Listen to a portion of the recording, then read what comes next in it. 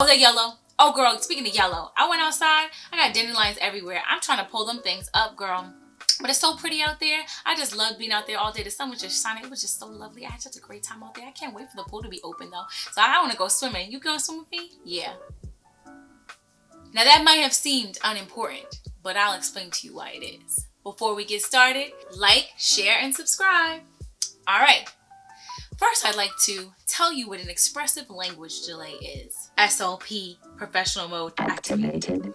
An expressive language delay is when a child has difficulty sharing their thoughts, wants, and needs. If your child is 3 or older and they are having difficulty putting words together, using sentences to express themselves, that may be a concern. For more information about expressive language delay, check out the link above. I made a video. It's pretty cool. Check it out. And I'm back. All right. So, like I said before, this is my second video about expressive language. And I'm coming to you with some more techniques and some more tips if your kid is not using as many words as you think they should be using. Like I said before, early intervention is great. So even if you're wrong, you're right, because you'll give them the opportunity to use more words, even if it is a little bit early. We'd rather have them early than late. Tip number 1, talk, talk, talk. As I just did in my little skit previously, it's super important to talk, talk, talk to your kids.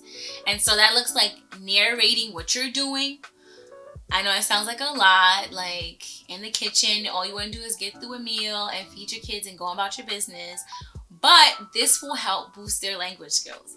So whether you're mommy's putting the pot on now, ooh, it's getting really hot. I'm going to put the pot on the stove. Oh, we put some water in it. Oh, the water is bubbling. It's time for noodles. Ooh, these noodles are hard, but they'll be soft real soon.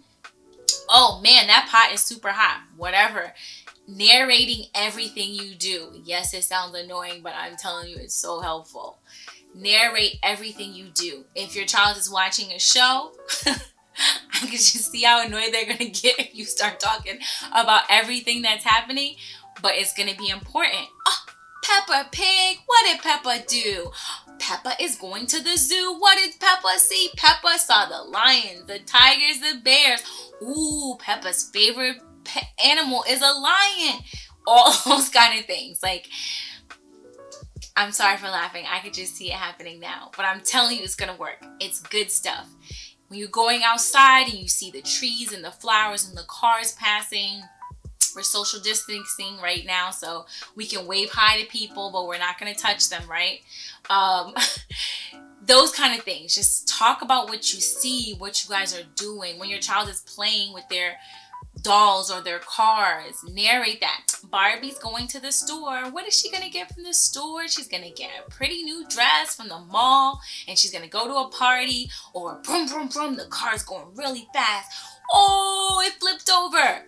Those kind of things. Like, you're narrating everything that's happening. You're bombarding your kid with language. They're going to take so much from that because their brains are still squishy and flexible, and they're really learning so much. Their brains are absorbing everything like a sponge right now. So the structure and the fact that you're using sentences, the way you're putting words together, inflections, all those things are going to be super important, and they learn that stuff by example. So that's tip number 1. Tip number 2, pile it on.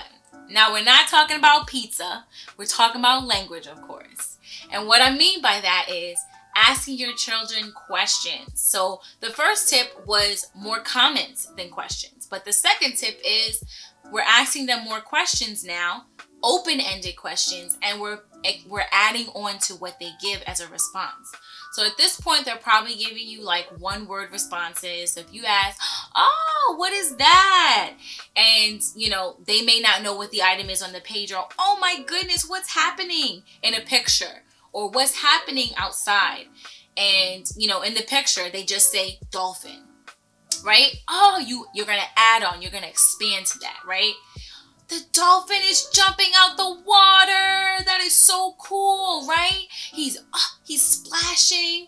So you're expanding that one word into a whole sentence and transforming it, right? You're taking your child's response, which is what was exciting to them in the page, and you're expanding it. At that point, you can also have them repeat the sentence that you gave so that once again, they have the practice with using those complete sentences, right? Step number 3, take your time. I know you don't have all day. You're busy. You got things to do.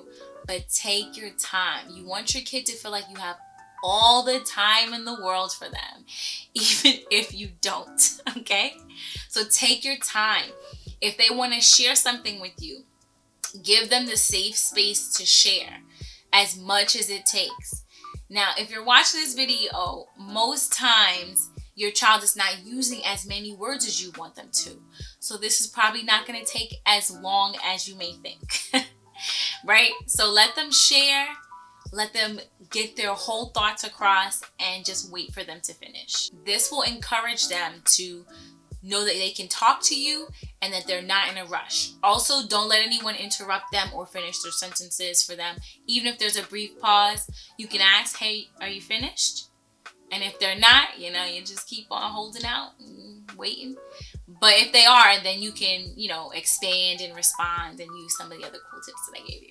Step number 4, offer choices. Sometimes when you ask your kid an open-ended question, I'm sorry, I didn't explain before, is a question that requires more than yes and no.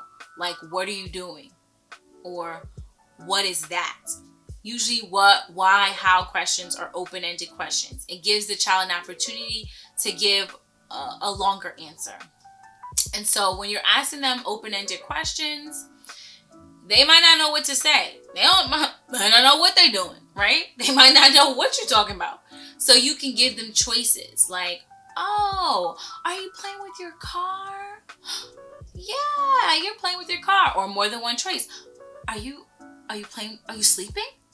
No. Are you playing with your car? Oh, yes, you're playing with your car. So you give them a choice. And when they decide on it, once again, if it's a one-word answer or it's a phrase, we can turn that into a sentence. But it's just that, you're not letting them just sit there looking like, I don't know what to say, but rather giving them a choice so that we keep the conversation going, keep the flow of language going, and not making them feel bad if they don't know what to say or not putting them on the spot. Number 5, at the end of this race, pass the baton. So as you're using these strategies, give your child the opportunity to be independent, right? So there will be coming a chance when they're playing with their toys. Like at first you're like, boom, boom, boom, the car's going really fast. Whoa, it flipped over, right? Even if they say the same exact thing as you, give them the car and say, oh, tell me what's happening. What you doing? And get them excited to now narrate their play and narrate what they're doing like you were doing before. You're going to get tired of talking a mile a minute about everything you see, hear, do. So give them the chance to do the same thing. Talk your ear off, right? But this is going to help boost those language skills. So that's going to be important. Another fun time, as I talked about in a previous video, was story time. There's going to be nights, parents, you're going to be laid out there. You're going to be way too tired to tell a story, and I get it. So make the kid tell the story, right? Give them the book.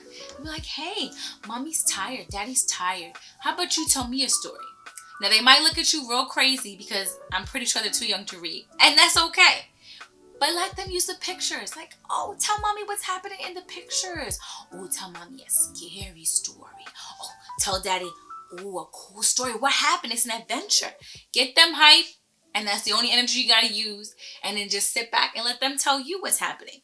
So don't forget to pass the baton because we want to make them independent. We call it carryover, where they can now use the skills that you've given them, right?